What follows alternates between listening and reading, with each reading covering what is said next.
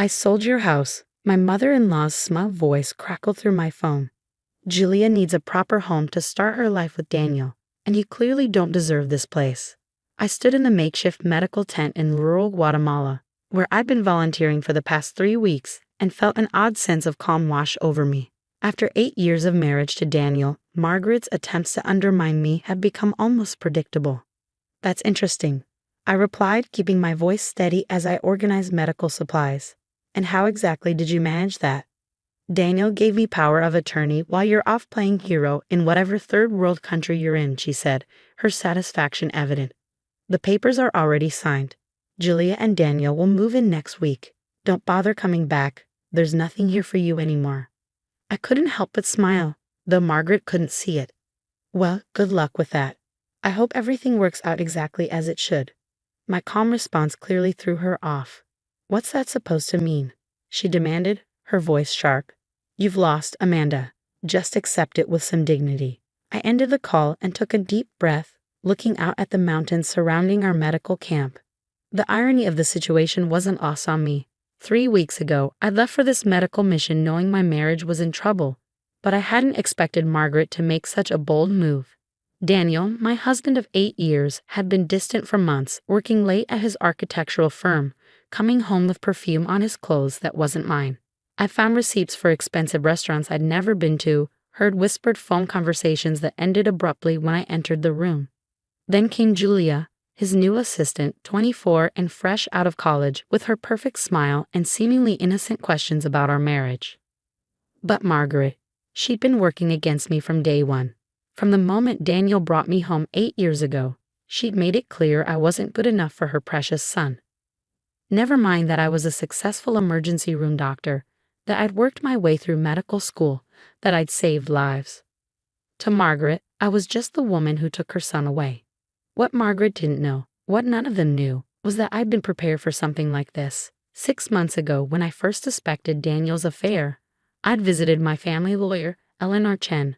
We'd spent hours going over my options, securing my assets, and most importantly, protecting the house that had been in my family for generations. The house. My grandfather had built it with his own hands in 1960, a beautiful Victorian-style home overlooking the city. He'd passed it down to my father, who'd given it to me when I finished medical school. It was my sanctuary, my heritage, and apparently the perfect target for Margaret's latest scheme to get rid of me. I pulled out my phone again and dialed Eleanor's number. She answered on the second ring. It's happening, I said simply. Margaret just called to tell me she sold my house. Says Daniel gave her power of attorney. Eleanor's laugh was sharp and satisfied. Did she now? And I assume this power of attorney document materialized out of thin air, since we've had Daniel's actual power of attorney locked in my safe for the past 5 months. Apparently so, I replied, feeling a wave of gratitude for my lawyer's foresight.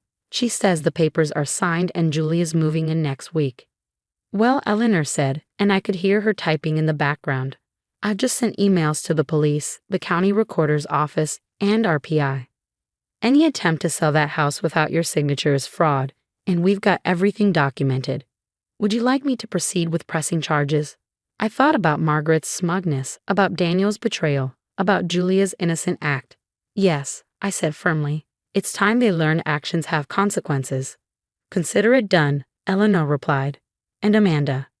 The security cameras we installed caught Daniel bringing Julia to the house last week. The footage has been added to our documentation. I closed my eyes, feeling a mixture of pain and vindication. Thank you, Eleanor. Keep me updated. After hanging up, I walked back into the medical tent where my team was preparing for afternoon rounds. The work here was real, meaningful, far from the drama Margaret was trying to create. I come on this mission not to run away, but to remind myself of who I was beyond Daniel's wife or Margaret's target. Dr. Santos, my colleague, looked up from a patient chart. Everything okay, Amanda? You look like you just got some interesting news. I smiled, thinking about the storm that was about to hit back home. Just my mother-in-law being her usual self. Nothing I can't handle. Ah, family drama, he nodded knowingly. Sometimes the best medicine is distance. And documentation, I added, making him laugh. As I turned my attention back to our patients, I couldn't help but wonder what Margaret's face would look like when she realized exactly what she'd done. The house wasn't just protected legally. It was part of a historic trust, meaning any sale would have to go through a board of trustees. Trustees who, coincidentally, included Eleanor and my father's oldest friend, a retired judge. Margaret thought she was finally getting rid of me, giving my home to Daniel's young mistress. Instead, she was about to learn a valuable lesson about underestimating the wrong person. I almost felt sorry for what was coming. Almost. 2 days after Margaret's call, my phone started buzzing with frantic messages. I was suturing a young boy's arm when the first wave came through. "Amanda, we need to talk right now." "Daniel. This is ridiculous. Answer your phone." "Margaret. You're making a huge mistake. Unknown number, probably Julia." I finished the sutures, carefully bandaged the wound, and stepped outside the tent to check my voicemail. Eleanor had left a message that made me smile. The police just arrested Margaret for attempted real estate fraud. She tried to file forged documents with the county recorder's office. Daniel's claiming he knew nothing about it, but our PI's footage shows him entering the office with her last week. They're both in quite a mess. Call me when you can. I sat down on a wooden bench outside the medical tent, watching the sunset paint the mountains in shades of orange and pink. Another message came through, this one from my father's friend Judge Thompson. "Your grandmother would be proud, Amanda.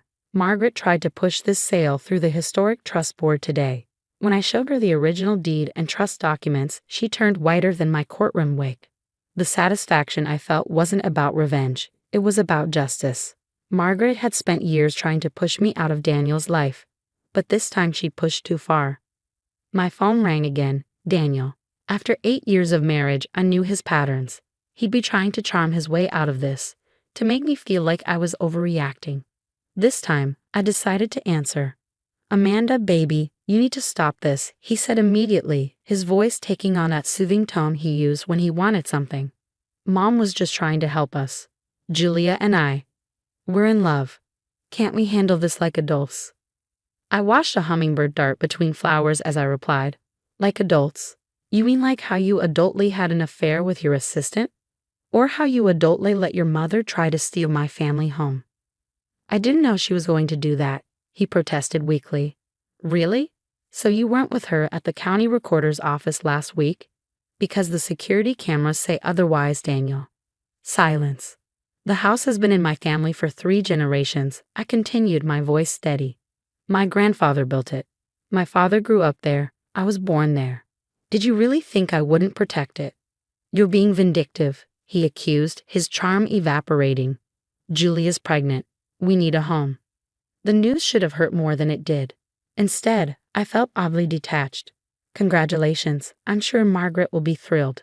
But you'll need to find another house." "This isn't over," he threatened. "Actually, it is. Check your email. My lawyer sent over the divorce papers an hour ago. And Daniel, the police want to talk to you about your role in the fraud attempt." I hung up before he could respond. Dr. Santos appeared with 2 cups of coffee, offering me one. "More family drama?" he asked, nodding at my phone. "My husband's girlfriend is pregnant," I said, surprised at how little emotion the words carried. "And my mother-in-law just got arrested for trying to steal my house." He whistled low. "That's quite a day. How are you holding up?" I considered the question. You know what's strange? I feel relieved, like I finally put down a heavy weight I didn't even know I was carrying. "Sometimes the hardest part isn't the betrayal," he offered wisely. "It's admitting to yourself that you deserve better." My phone buzzed again. Eleanor. She had news about Margaret's arrest and the investigation into Daniel's involvement. But for now, I just wanted to sit here, drink my coffee, and watch the sunset over mountains that didn't care about failed marriages or scheming mothers-in-law. Tomorrow would bring new challenges, patients to treat, lives to save, a divorce to navigate. But tonight, I had the satisfaction of knowing that sometimes the best revenge is simply being prepared. Dr. Santos raised his coffee cup to new beginnings. I smiled, clinking my cup against his. To being prepared. In the distance, thunder rolled across the mountains, promising rain and renewal. Just like the storms back home, this too would pass, leaving everything cleaner and clearer in its wake. A month later, I stood in my grandfather's, kitchen, running my hand along the familiar marble countertop. The morning light streamed through the stained glass windows, casting colorful patterns across the floor. The house felt different now, cleaner somehow, as if Margaret's scheme had washed away the last traces of unhappiness that had lingered here. Eleanor sat at the breakfast nook, spreading files across the antique table. "The judge threw the book at Margaret," she said, sliding a document toward me. "Attempted real estate fraud, forgery, filing false documents. She's looking at significant fines and probation." "And Daniel?" "Pleaded ignorance, but the evidence was clear. He's been charged as an accomplice. His firm put him on indefinite leave. Apparently, they don't appreciate partners who participate in real estate fraud." I poured us both coffee in my grandmother's old china cups. "And Julia?" "Left town last week. Apparently, the pregnancy was as real as Margaret's power of attorney." Eleanor's eyes twinkled with barely suppressed amusement. "She found another job in Seattle." The news should have hurt, but instead, I felt only a wave of relief. All those years of trying to please Margaret, of ignoring Daniel's increasing distance, of doubting myself, they seemed like a strange dream now. My phone buzzed with a text from Dr. Santos. "Hospital board approved our proposal for the free clinic. When can you start?" I smiled, showing Eleanor the message. During my time in Guatemala, Dr. Santos and I had developed a plan to open a free medical clinic in our city. The work we'd done there had reminded me of why I became a doctor in the first place, to help people, to make a difference. "Life has a funny way of working out," Eleanor mused, sipping her coffee. "If Margaret hadn't tried to steal your house, you might still be trapped in an unhappy marriage, working at a hospital you've grown to resent." She was right. The past month had brought more than just legal victories, it had brought clarity. I'd resigned from my old hospital position, excited to start fresh with a clinic project. The house, once a source of tension with Daniel and Margaret, had become my sanctuary again. A knock at the door interrupted our conversation. Through the stained glass, I recognized Margaret's silhouette. Eleanor raised an eyebrow, but I nodded. It was time to face this. Margaret looked smaller somehow, less intimidating than I remembered. Her perfectly coiffed hair couldn't hide the strain in her face. "Amanda," she said stiffly, "I came to apologize." I gestured for her to sit on the porch swing where my grandfather used to tell me stories. She perched on the edge, clearly uncomfortable. "I was wrong," she continued, the words seeming to physically pain her. I thought I was protecting Daniel, but I destroyed everything instead." "You never gave me a chance," I said quietly. "From the day we met, you decided I wasn't good enough." She looked out at the garden, where my grandmother's roses still bloomed. "No, I was the one who wasn't good enough. I couldn't accept that Daniel had found someone successful, independent. It reminded me of everything I'd given up to be the perfect wife and mother." The honesty surprised me, but it changed nothing. "I hope you find peace, Margaret, but I think it's best if we don't see each other again." She nodded, standing slowly. "The house, it's beautiful. I see now why you fought so hard to protect it." "It's not just about the house," I replied. "It's about standing up for yourself, about not letting others decide your worth." After she left, I returned to the kitchen where Eleanor waited. "You okay?" she asked. "Better than okay," I smiled. "I'm free." Looking around the house, I saw not just my grandfather's legacy, but my own future. The front room would make a perfect waiting area for the clinic's overflow patients. The large basement could store medical supplies. This house, which Margaret had tried to take from me, would help me give back to others. Dr. Santos was right. Sometimes the hardest part isn't the betrayal. It's admitting you deserve better. But standing here, in my grandfather's house, surrounded by generations of love and strength, I knew I finally learned that lesson. Eleanor gathered her files, pausing at the door. "You know, when you first came to me about protecting the house, I thought you were being paranoid. I'm glad you proved me wrong." I hugged her, grateful for her guidance through the storm. Sometimes the best defense is being prepared for the worst while hoping for the best. As the afternoon sun painted the walls with light through the stained glass windows, I felt at peace.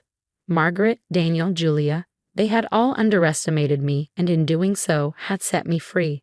My grandfather had built this house as a legacy of love. Now it would become a legacy of healing, both for me and for others. Sometimes the best revenge isn't revenge at all. It's living well, on your own terms, in a house built with love and protected by wisdom.